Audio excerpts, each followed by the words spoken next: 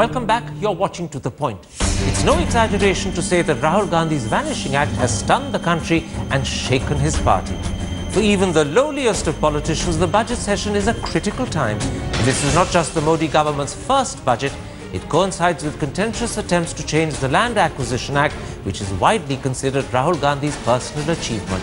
Yet Rahul Gandhi is missing and no one will say where he's gone. So tonight we ask, has Mr. Gandhi made a terrible mistake? Or is there an explanation no one has thought of? My guests, the former Congress Minister and Gandhi family loyalist Mani Shankar Iyer, the former editor of the Times of India Dilip Padgaonkar, and the National Affairs editor of the Telegraph, Manani Chatterjee. Dilip Padgaonkar, Rahul Gandhi has taken a few weeks' leave to reflect both on recent events related to the party and its future course. But he's doing this 9 months after the party's national defeat, 14 days after it got wiped out in Delhi, and on the very day the critical budget session was supposed to start. What do you make of this announcement? Well, it reminds me of a very well saying of Karl Marx.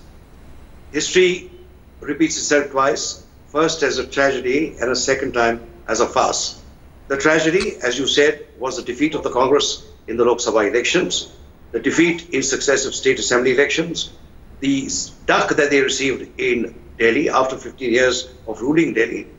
So this sudden decision to go away, to take leave, to introspect, to think about it, what were they doing for 15 months? In the 15 months since the Lok Sabha polls, we have not had a signal at all, even a single signal, that the party has been introspecting.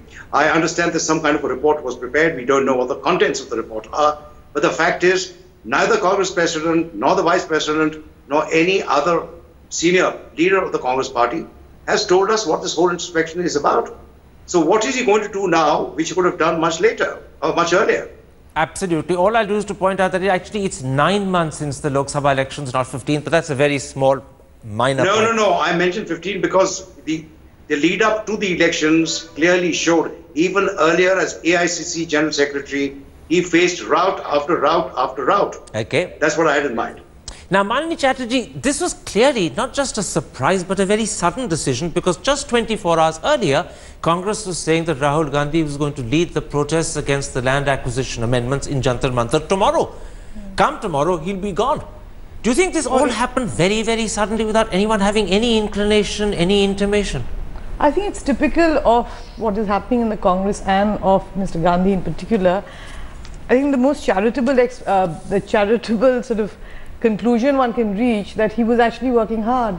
We didn't know that. The fact that he needs to go on leave, we've not seen him at all doing anything. So, except that he's not going on leave to holiday, he's going on leave to reflect on recent events. And the question is, no, it's not can't really he do parliamentary work and reflect at the same time? So I think it's so shrouded in mystery, and there are two or three theories doing the round. One is that this is actually, he's throwing a tantrum because he's not having his way in the party and he wants the party to come around. The second thing is that between the old guard and the new guard, there's problems going on. And the third thing is he's probably genuinely introspecting whether he's cut out for politics at all. The third theory, I think, is wishful thinking on people's part who want Priyanka to come in. Let's take up those theories, Mani Shankar Iyer, and let me begin by putting this to you. That party sources are saying to people that Rahul Gandhi wanted to take over as Congress President immediately after the Lok Sabha elections but wasn't allowed to do so.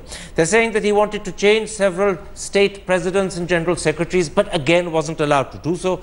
They're saying that he wanted to change the people who surround Sonia Gandhi and whose advice she gets and again wasn't allowed to do so. And therefore he's either left in a sulk or it's a protest. How do you respond to that interpretation? Because it's very widely being ceded to the media by your party sources. Well, I am not within the inner circle. I am not privy to his thinking, and I was certainly not taken into confidence by him. So I probably know less about this than you do.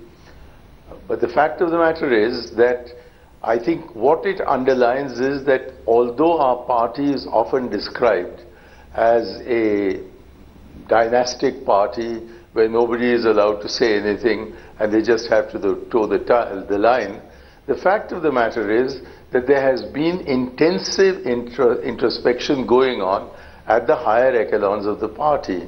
And presumably it's because they haven't come to a conclusion as to which is the consensual path to take to go forward, that we have still not had an AICC plenary or a Chintan Shivir or some such mechanism to acquaint the party workers with what is the thinking at the higher levels and secure inputs from them. But we have had interactions with, I've certainly had interactions with Rahul Gandhi along with others, and it seemed to me in that exercise that a very serious attempt was being made by Rahul Gandhi to understand what it is that has gone so fundamentally wrong with the party. Can I interrupt and put this to you? The two key questions are this. Has Rahul got the timing wrong? On the very day the budget session begins, at a very time when the Land Acquisition Act, which is one that he personally championed, is under threat, he suddenly absented himself and run away. And the second connected question is, if there is this critical need to reflect, can he not reflect while he is in Delhi and attend Parliament at the same time as he reflects? And I presume he's been reflecting anyway for 9 months. Answer both those questions for me. Well, I think the answer to the first question is that the Congress party exists, the Congress parliamentary party exists. And although it would have been nice to have Rahul with us at this stage, the fact that he's not with us does not stop us from performing our duty. And only today in the Rajya Sabha, we performed it so well that the Minister of Finance, who's the leader of our house, was obliged to say that they are going to postpone stick to the Rahul question. Let's not deflect. Let's not deflect to what happened today. Act. What about my second question? Can he not reflect at the same time as managing Parliament?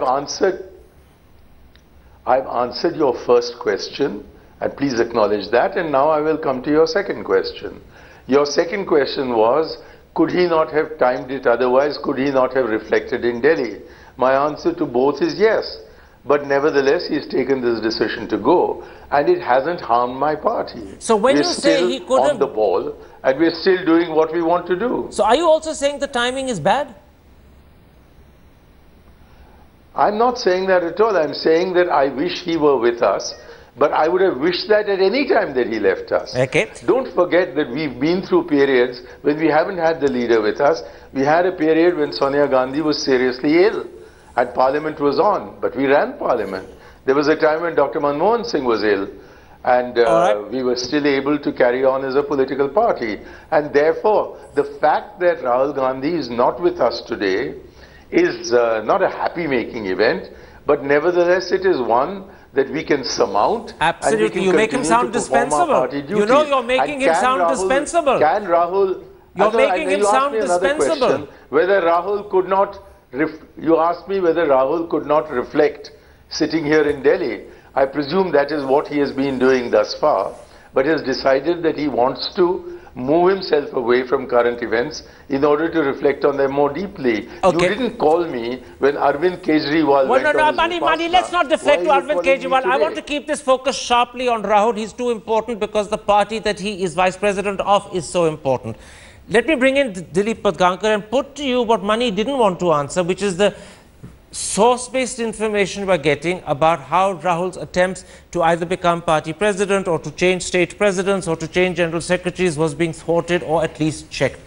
The impression that one gets from that is that maybe in addition there are some political differences or other rift-like differences between Rahul and his mother, who's the party president. Would you agree that that must be one of the issues if he can't get his way on these critical subjects? Well, listen, this is the kind of speculation that has been going on for the past few days. And honestly, I don't know what to believe in. But I suspect that Rahul has not been able to get his way on many things. And it's quite likely that he's in a sulk. But I want to come back to what you've been saying earlier, Karan, which is that, look, as a member of parliament, what he's done, his timing, you mentioned it earlier, it shows, and I'm sorry you have to use this word, it's a certain dereliction of duty as a member of parliament. You see, we expected someone like Rahul Gandhi to be leading the charge against the Modi government, especially since the Modi government has been giving the opposition so many issues on a platter. And he particularly, who has taken credit for extending the Manrega to all the districts of India, I mean, he should have been there to defend the Congress position on the land acquisition bill. He's not in sight. He ought to have been there to take up these increasing instances of communal hatred and bias that you've been witnessing in the country. He hasn't uttered a word. So I think it's a dereliction of duty as an MP, and it's a dereliction of duty as the Vice President of India's oldest political party. Mani Chatterjee, beyond the demoralization that he's created in the party, beyond the embarrassment that he's created for his MPs, there's also the message he's sending out to the rest of the world. Now, there's no hiding the fact that Congress is a deeply troubled party. Jairam Ramesh has publicly acknowledged it faces an existential crisis. Doesn't Rahul's sudden, inexplicable departure look a bit like a captain deserting a ship while it's lost on the high seas? Well, I think the people of India didn't expect very much from Rahul, and the hope was that after this kind of defeat, I mean, it's taken him 9 months to even want to go on a, what, I don't know, you can call it a sabbatical or whatever you call it. And as, you know, you asked Mani, why couldn't he do it right here? I mean, you don't have to go away to, we don't know where he's gone. You know, so this whole secrecy, it's very juvenile at one level, that the choice of timing, we all know that he was a reluctant politician. He is not an instinctive politician, and he's just making things worse for himself. Now, what his Juvenile supporters... is the word you used. Yeah, I know, it's so he's a tough behaved word. childishly. No, I mean, you have to, I mean, anybody should have a sense of timing. You don't, he was never a very good parliamentarian, but you don't leave the country, and we presume he's left the country. And this whole veil of secrecy, it doesn't behove the kind of times we are living in. You know, I mean, if you compare him with Mr. Kejriwal, who sort of was defeated and decimated in the Lok Sabha election, and the way they bounced back, they constantly, I mean, I don't know what this Congress is constantly thinking about what to do instead of just going ahead and working among the people. Mani, let me put it like this. I'm talking about the message Rahul Gandhi's sudden inexplicable departure sent out to the world. There's a joke doing the rounds. People say, when the going gets tough, the tough get going. But Rahul has literally gone. He's vanished. That wasn't what the saying was supposed to end up with. He's vanished from your gaze, he hasn't vanished from his own. He has gone, we are told, in order to reflect on everything that's happened in the last 9 months, including possible differences within the party. And I suspect it is true, given the conversation, the few conversations I've had with him, that he has some very, very radical ideas, which perhaps those who are in power today within the Congress are not entertaining. And he may have therefore felt, as I give you a historical example of Mahatma Gandhi, who after the 1924 Belgaum Congress, which he presided over, he just withdrew from politics for all of 4 years and had to be persuaded by Motilal Nehru to come back to the Congress 4 years later. So if Mahatma Gandhi can take time off to reflect, then why can't Rahul Gandhi take time off to reflect? Very quickly, yes, God, you wanted to interrupt? Mahatma Gandhi took 5 years off, that's true, from 1922, post Chauri Chaura, and then Motilal, you know, Mr. Iyer knows history much better. But to compare Rahul Gandhi's sudden departure wherever he's gone to Mahatma Gandhi's, I think is just completely over the top, because Mahatma Gandhi did not leave the country. He decided to remove from day-to-day politics and focus on constructive activity. Come back to Rahul. Come back to Rahul. That's exactly what Rahul Gandhi should do. Come back to Rahul. You began by yeah. suggesting that one of the theories doing the rounds is that Rahul may be withdrawing from politics altogether. Do you think in 2 weeks' time we could get another message from Rahul Gandhi resigning from Parliament? That this is the first step, that may be the second. You know, we're all basically speculating in the air. I don't think anybody has any idea except maybe Rahul Gandhi's sister and his mother. I don't think even Congress. But the two theories going around, the first one is more credible, is that, and I think Mr. Iyer has more or less confirmed that, is there are differences, not about Rahul becoming president, but Rahul wants his own team, which is very different from his mother's team, and there is a lot of tussle over that, because a lot of people and differences with the mother as well then. I think his mother is a much more is a much better politician. I mean, she's but Rahul has differences with his mother in getting his way. In getting his way, and that could be. And the second is that Rahul could be withdrawing. So he's throwing a tantrum. And the other joke I can add is, it's my way or the runway. In his case. Well, absolutely. Dilip Pathankar, it was widely expected that come the AICC, which has now been summoned for April, Rahul would be taking over as Congress president. Now, do you think that's still likely? Do you think it's less likely? Do you think it's unlikely? It's less likely, Karan. I think because if indeed there is a deep difference within the party at the very top of the party, then either of the two things, either Mrs. Sonia Gandhi agrees and lets Rahul run the show, or the party then would be headed for some kind of splintering. That is, again, something I don't rule out at all. The problem, Karan, with the Congress has always been, the conundrum of the Congress is that it cannot do with the Gandhi dynasty, nor can it do without the Gandhi dynasty. Now, this is the conundrum they've got to solve, but I suspect that matters are going to come to a head when the AICC meets in April. Manish Shankar Iyer, yesterday Abhishek Singhvi, your party spokesman, said that Rahul Gandhi, after his few weeks, would return and be active in politics again. But I ask you this, with what credibility when he returns, if he returns, can he continue? And what sort of future will he have? Has he not, by this inexplicable, sudden, demoralizing departure as far as his party is concerned, undermined himself both in the public eye and in the press's eye? I think you're feeling more demoralized than I am. No, I'm just asking the questions. I'm telling you that our party is functioning. And you asked me a question, I'm beginning to answer it. I'm trying to tell you that your fundamental assumption that the party is demoralized is completely wrong. And when Rahul comes back, and I'm absolutely sure he will, that he will be active, again I have absolutely no doubt about. And I dare say part of the explanation for why he has chosen this time is that he's preparing himself for what looks likely to be a truly historic AICC session in April, assuming that what I've read in the newspapers is correct, and we're going to have an AICC plenary or an AICC special session in the month of April. You know, the corollary to what you said, that the party is not demoralized, the party is functioning very happily, satisfactorily without Rahul Gandhi being there to guide and lead it, suggests that Rahul Gandhi as vice president and leader is perfectly dispensable. That is the sad corollary. Not at all. We can dispense with him for a week or two. I'm not suggesting that we can dispense with him permanently. You know, no one would have said that of Tony Blair or David Cameron, particularly in the critical period when they were leaders of the opposition. Yet you're cheerfully saying it of Rahul Gandhi. That comparison itself. We've been having a difficult time. We don't have a difficult time now. We've been having a difficult time for 15 months. I completely agree with Dilip Padgaonkar that we've had a very difficult time these last 15 months. There is a lot of conversation within the Congress party as to what we should do. I know that Rahul has been keeping a very open ear to all the different points of view that have been expressed. Okay. It's entirely possible that the line that he has drafted is not finding universal acceptance, and therefore, having encountered whatever hurdles he has, he's decided to withdraw, to think out a strategy, and will come back. Pro-changers and no-changers are part and parcel of Congress history. You make it sound this time like as if you're saying he who runs away lives to fight another day.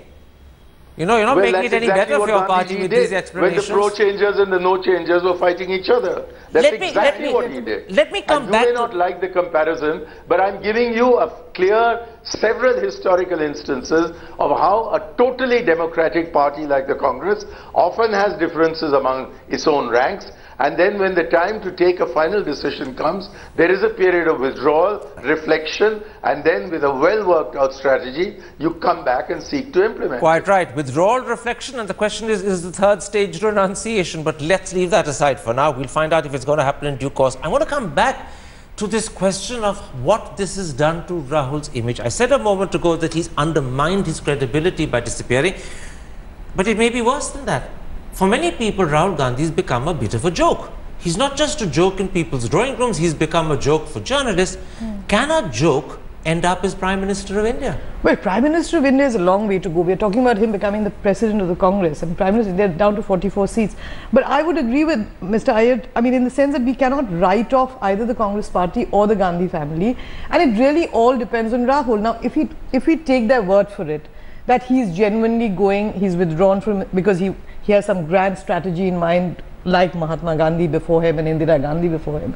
He's going to come back. That he's going sounds to like such a puffed up explanation. It's hard to believe.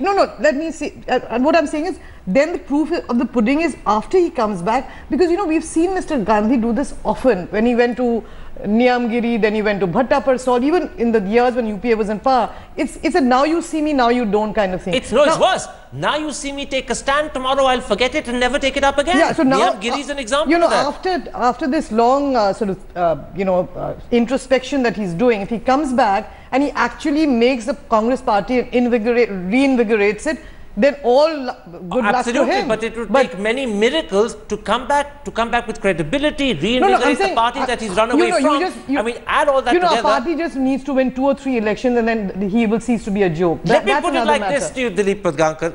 Wittingly or unintentionally, do you think Rahul Gandhi has committed a form of political harakiri?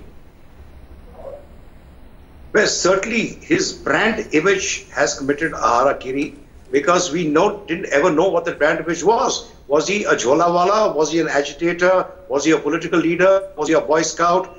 There has been this question ever since he's become AIC General Secretary. That was accentuated when he became the Vice President of the party. We saw it throughout the election campaigns. We don't seem to know what is precisely Rahul Gandhi is. Where is the political side of Rahul is something one wants to know. What is it that his vision is going to be like? How is he going to confront the challenges before the country? And particularly, how is he going to challenge the main opposition, the main party, which is now the ruling dispensation? Okay. Because truly, and this is where I agree, I think the country needs a strong and effective Congress party to counter the kind of tendencies that have emerged in the past few months. Okay. The country needs a strong opposition. They are down to 44 in the Lok Sabha. Something needs to be done so that over the next 4.5 years, the Congress is able to reassert its position, at least as a strong opposition party. I don't see this happening just yet. This is going to have to be the last question on this particular discussion, but as a loyal congressman and as a loyal supporter of the Gandhi family, are you embarrassed or at least disturbed by the fact that rather than discuss Rahul Gandhi's strengths and virtues, his vision and his policies, we're instead talking about the fact that he's cut and run away, that he has no ambition for the job, that he has no talent, that his image is now in danger of collapse, that he's become a bit of a joke for some, and for others he may have committed political harakiri? That's what you're discussing. I'm trying to tell you that here is a man whom I've interacted with, who appears to have excellent ideas in mind about the organization of the party, which is fundamental to establishing a connect between the leadership and the party, which has got snapped, and using that as the main mechanism for re-establishing a connect with the people of India, which has also snapped. And therefore, far from regarding him as a joke, far from regarding him as somebody who has nothing in him except peculiar disappearances and reappearances, I regard him as the vice president of the party. And as vice president, I believe his plans are not being accepted totally by the leadership of the party. And he is therefore, now that he sees what are the pluses and minuses of the strategy that he was working upon, he is now withdrawn in order to be able to fine-tune whatever it is that he wishes to do, and inshallah he will succeed. All right, you use the word snapped in so many different contexts so often, you made me think that maybe rather than run away to reflect, Rahul Gandhi needs to buy some Araldite and learn to stick around a little bit more firmly. But I apologize for that joke. I know it's not one that's going to make Mani Shankar Iyer at least laugh. My thanks to all three of my guests for joining me. And there we end this particular episode. If you have been, thanks for watching. Goodbye. Good night.